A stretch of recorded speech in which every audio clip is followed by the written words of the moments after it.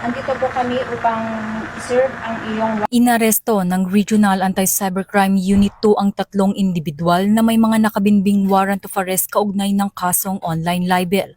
Isinagawa ang tatlong magkakaiwalay na operasyon sa bayan ng Bagao, Enrile at Claverias sa Cagayan Valley. Ang tatlong suspect ay nahaharap sa kasong paglabag sa Section 4C4 o libel sa ilalim ng Republic Act No. 10175 o Cybercrime Prevention Act of 2012. Isinagawa ang operasyong ito bilang suporta sa direktiba ni Police General Jose Melencio C. Nartates Jr., Chief PNP, na tiyakin ang mahigpit na pagpapatupad ng mga batas laban sa cybercrime at ang agarang pagpaparusa sa mga lumalabag dito.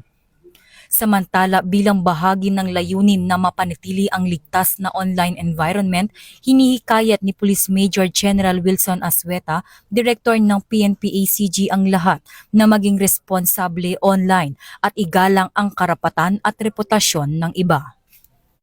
Mula dito sa Campo Crame, ako ang inyong PNN correspondent, Patrolwoman Mary Grace Artizuela, nagbabalita para sa Police News Network, alagad ng batas, tagataguyod ng Balitang Pulis.